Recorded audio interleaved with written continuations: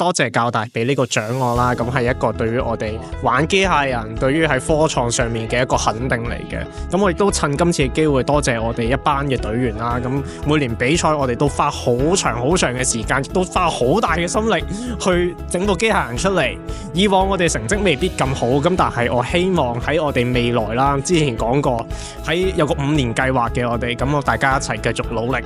另外亦都多謝教大幾位老師啦，例如有 Professor Young、Dr. Henry So、Dr. Sun、Dr. Singh 幾位都係十分之支持我哋 Robotics Team 咁樣嘅。咁啊喺呢度都多謝各位。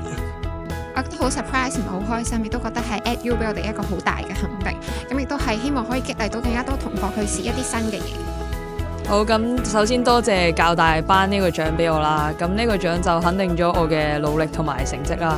咁我都希望可以用到呢份獎學金去應付比賽嘅費用啦。咁多謝教大。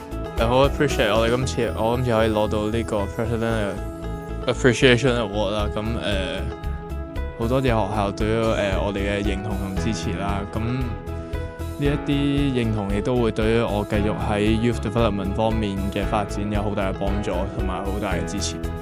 多謝教育大學可以俾到呢個獎我啦，對於我嚟講係一個肯定啦，令到我可以進一步向我嘅夢想去發展。咁首先好多謝教大俾呢一個獎項我去到即係獲得啦，咁而呢個獎呢，就係對我嚟講呢，就好大嘅鼓舞。